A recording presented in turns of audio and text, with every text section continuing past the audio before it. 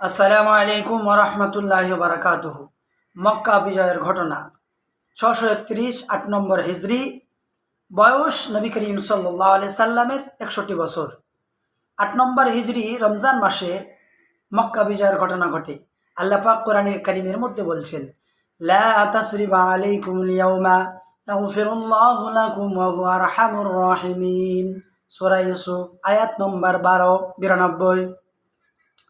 আজ তোমাদের ওপর কোনো প্রতিশোধ বা অভিযোগ নেই, আল্লাহ তোমাদেরকে ক্ষমা করুন, আর তিনি অতি দয়ালু করুণাময়। সুবহানাল্লাহ। আল্লাহ সত্যি করুণাময় এবং দয়াময়। তিনি যদি ভালোবাসেন, আর কারোর কিছুর দরকার নেই। আল্লাহ পাকের ভালোবাসা সবচাইতে বড় ভালোবাসা। চাওয়া পাওয়া আল্লাহর কাছে। আপনার যা কিছু হবে আল্লাহর কাছে চান, আল্লাহ অবশ্যই আপনার মনের বাসনা আকাঙ্ক্ষা পুরা করে দেবেন।